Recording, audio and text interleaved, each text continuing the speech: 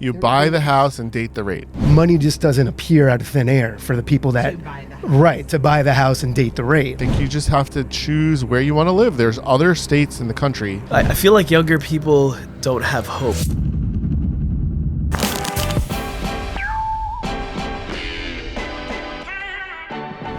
Real estate struggles are real. Home buyers and sellers alike feeling a massive struggle to close deals or make money. And if you need yet another sign of turmoil, 45% of U.S. real estate agents are struggling to pay rent on their offices.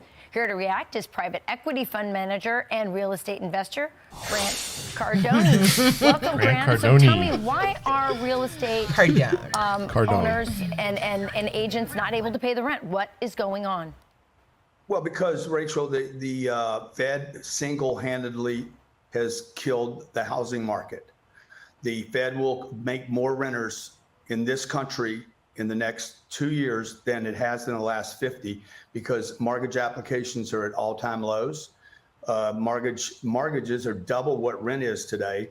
And it doesn't surprise me that real estate agents are feeling the brunt of this.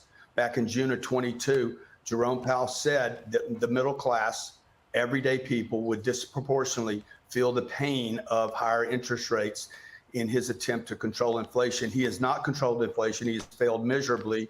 What he has actually done is create it and, in the meantime, stop the housing industry. What would you recommend he do? Well, what he should do is get out of the way. There's no time in history in my lifetime that the Fed actually controlled interest rates. Supply and demand is what controls interest rates. As long as people are spending their money, that means they want that product or service. At what point it gets to a price where I no longer find it valuable, I will no longer continue to purchase that. And people want homes. People want to live in a single family home. I don't personally think it's a great investment. I've said that many, many times. I've gotten ragged out on it, but he should step aside, get out of the way, let the market do its thing. Interest rates will have to come down in order for pricing to come down. Right. This is actually a contradiction to what most people think, but when interest rates come down, mortgage applications will go up, and people will start selling their homes. That doesn't mean prices are going to come down. World Economic Forum had this famous commercial where they talked about the Great Reset, and they said, you will own nothing and you will be happy. And you're seeing that happening. You're saying that we are becoming a renter nation. I say it's by design. Explain what you mean by it. The rents in this country, the average rent, as much as people complain about them, we have 12,000 units. The average rent's about $1,800. And as much as they complain about it, the mortgage on a similar home in that same neighborhood would be double that, plus insurance, and plus a PMI, which is mortgage insurance on the mortgage itself. So it's unaffordable for people to own a home today. And that means you will rent, you will literally own nothing and be happy about it. Now, the apartment complexes that are being built today provide such crazy great amenities that it is actually, for new generations of people, it's actually an alternative that's not economic, but actually desirable for them to actually live someplace for 10 or 24 months at a time rather than hunker down for 30 years.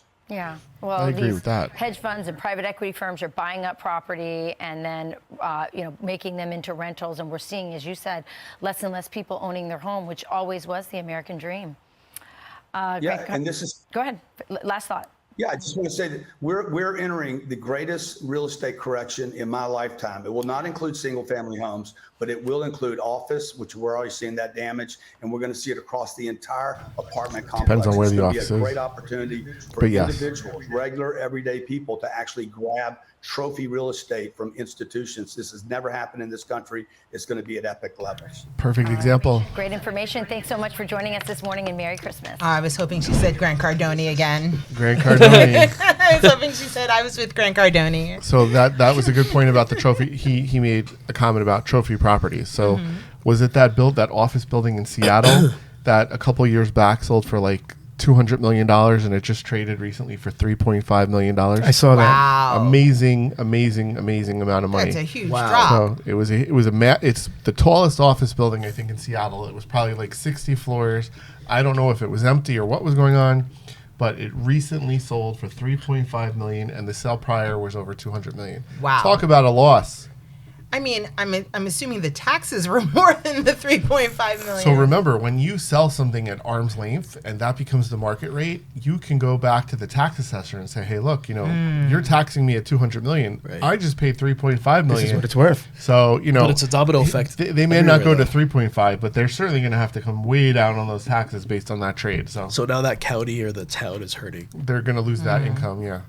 So it's great. This is affecting everybody. Yeah, I do agree. I mean, think about right now in the current circumstance, renting is cheaper than buying, massively cheaper than buying, especially in New Jersey. Yeah. Like with the interest rates at hand, and You buy the house and date the rate. Yeah, but money just doesn't appear out of thin air for the people that To buy the house. Right, to buy the house and date the rate. Like people need to pay the rate for the time that they're Easier dating said it, than you know? done. I think a lot of people don't think that way. But it's not the thought process. Even And they're if not somebody does understanding they think could about it, refinance, where but does they're also where does the money come from? Right. To And this date the affects rate. first-time home buyers and low, people who don't have the budget You to work buy. starting at the age of 12 and you save up your money. It's not that easy. Buy the house. That's what I did. That's what a lot of people do, but you can't if My it's rates were outside in of the your 6s and 7s. This is not like everybody's like, oh my God, 6%. No, but I You're don't right. think were He's the right house about that. prices as inflated as they are right now when you compare them to people's incomes. Was cost of living? How was cost of living back then when it was? Yeah, Back when dinosaurs Yeah. were It was just I mean, I feel like $0.05 a gallon. the two significant, So is gas. in a family, you have the husband and a wife or whomever, they have to both work Yeah. now. Well, in yeah. order to just make ends meet. Right. Back in the day, you could have one parent stay home, take Right. care of the kids. When one parent Right. worked, had a house, had Yeah. a car, lived normally. Right. You It's can't do impossible that. now. I mean, people still do it.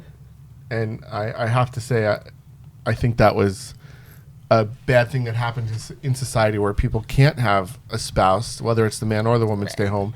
Because why have kids if you can't be with them? So I'm all about having someone stay home, even if it's for part-time. Right. But, I think you just have to choose where you want to live. There's other states in the country that are different than a New York or a California or a New Jersey that have lower income properties where people can go and live that life. Well, I guess the work from home is. Well, that's also helping.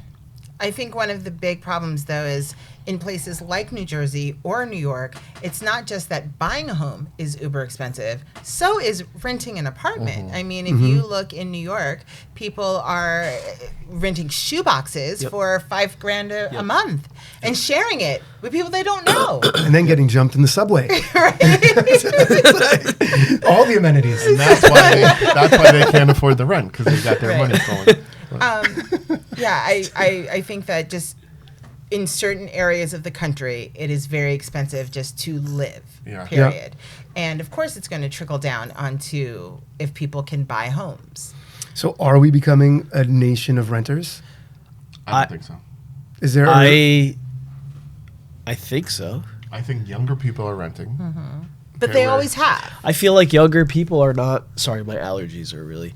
I feel like younger people don't have hope in purchasing homes anymore. I mean, now with the 3% FHA or the conventional stuff that's lower down payments, that's an opportunity for young people. And I actually see more young people taking advantage of that than they did before.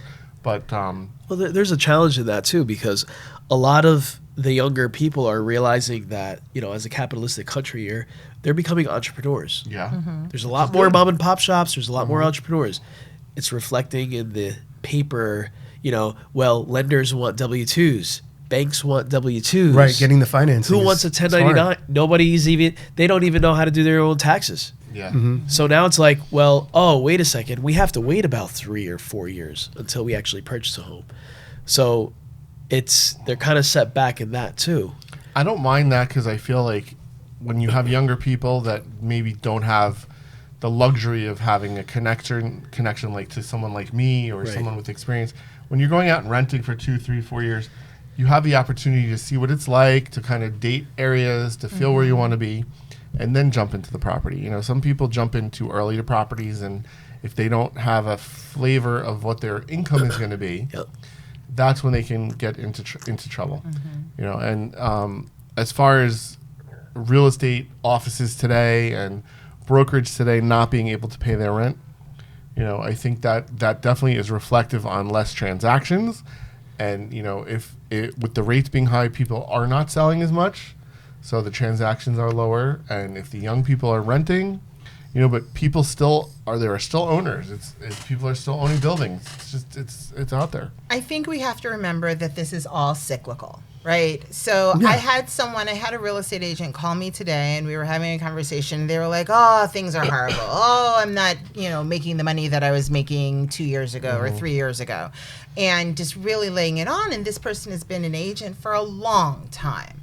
And I was like, well, it's cyclical. It'll come back around. And they were like, well, that's true. I weathered it in 2008 and da-da-da-da. So, yes. So everyone's talking about how you can't buy homes and how it's so expensive and how realtors are having issues. Give it a couple of years. Like everything else, it'll come back around. Yeah. People are not going to stop buying houses. Right. But is a problem the government stepping in and kicking the can, which could inevitably or potentially... Didn't they step in 2008? Well, when it was too late, right? Like everything broke, and then they put in the interest rates and bailed out all those companies. But will correct itself as time goes on. You just have to sort of gird up your loins and put on your big girl panties and stick through it. Put those on, Riley. Prudent agents will leverage, I guess, they're going to benefit from leveraging what's happening. So I guess, and like embracing technology. So what's going on with Zillow, maybe start charging for showings. I don't know. And when you say what's going on with Zillow, you mean their new touring agreement? Where there's a lot of I feel like there's a way to pivot every time in any market. Agreed, 100%. There's always an opportunity. You just have to be creative, and you have to figure out where it is. And if you've been a realtor for all these years and now your transaction volume has dropped, maybe go and focus on rentals. Okay. And or focus on education, or focus on rehabs, become a rehab specialist. There's always rehabs out there. Right. There's 100 ways to I was just talking to a home inspector, and he told me how every homeowner, every buyer now, since everything is like wave appraisal, wave whatever, it's crazy. So every inspector is being requested to do the radon. The sewer now is a thing. It's like every house, we want the sewer now inspected. We want whatever inspected. So he's adding on to all his inspection reports, and instead of it being like $400, it's like $1,000. There you go. Opportunity. And now he's just like stacking. And because a lot of the buyers can't find any sort of leverage in purchasing the home, so they want to find as many problems. Right. Yeah. To just so he could stack like a creative idea for him would be there's home warranty programs out there, right? He could now hook up with a home warranty company and offer that as here's my inspection report. Now, if you want, for an extra $500, you can buy a home warranty on this property, and then he can make a cut of whatever that is. That's just an easy add-on. He can also make up inspections to have. Yeah. Hey, look. I'm so serious. I mean, I'm in construction, and I realized, well, I don't want to do the work for people. Maybe I could just consult, right? So I spoke to him, and I said, hey, if they need a construction consultant, there you go. Let me know. It's like $100 an hour. Yeah. You know what? They pay. He can inspect their grass. They want to pay to see if they have disease in the trees. Whatever is not necessary, but that could be looked at, and you could put on. Oh, I'll give a special attic thing, even though they look at the attic, but still, whatever. It's definitely the quality, like the agents that are more experienced. Not that I'm encouraging all the agents to be a lot more experienced, because if you are, I feel like you know where to go and what to do in situations like this. True. It's always better to get educated and have experience, and the more you absorb, the better you are at your career, your job. But to sit there and complain, just go out and figure out a better way to make money. And I take that back, because I'm not advocating for people to nickel and dime other people. But they got to make that paper. Look, that's a business strategy, and by being an entrepreneur, you have to come up with business strategies to make money. That's not nickel and diming. That's a strategy. You're offering a service. It may be something that's not mainstream, okay? But if there's an inspection, like you're doing an add-on inspection for bushes and grass, People still buy grass that has bugs in it, or they still buy bushes that are dying. Or I know you had a tree in your front yard that was dying. Like, why not add that as an opportunity? We can inspect the trees around your property. Right. Yep. The tree falls on your house. That's a big deal. That's a big deal. So you just have to create a plan and create opportunities, and some people will take it and some won't. So if you're a real estate brokerage that's not able to afford their rent, shifting away from home ownership and rentals, how do they pivot in this environment and Offer consulting services? So get Yeah. builders that can come in, and if there's a company out there that's doing rehabs or building, offer to share an office space in them, and you'll help introduce them to your clients. Go out, there's mortgage companies that are always looking for mortgage solicitor partnerships. They'll help offset your rental. Yeah, mortgage companies are open a great. title business. Do your own title in your space. That's another way to There's to a lot of offset the rental. co-working, co-living. I'm Right. personally in co-living. Mm-hmm. You know, I have a co-living company. That's booming. And I think it's because of those young professionals looking for, you know, Yeah. the affordable areas, but still want to be in the hustle and bustle of town. And with co-living, it's cash flowing for the investor, but it's also affordable for the tenant, and it's transient, you know? So co-working is the same thing. It's probably going to start picking up again. We with actually co-working. talked about doing a co-working. We have a Yep. in one of our offices. We have a huge office building, and we don't have the people don't come in anymore. You know, everybody's virtual. They come in, but people used to come in and sit at desks. That has passed. So we're actually bringing partners in. You know, we have real estate as our main core, but we're bringing architects in. We're bringing designers in to actually help sell our clients, because it's actually an added service for them.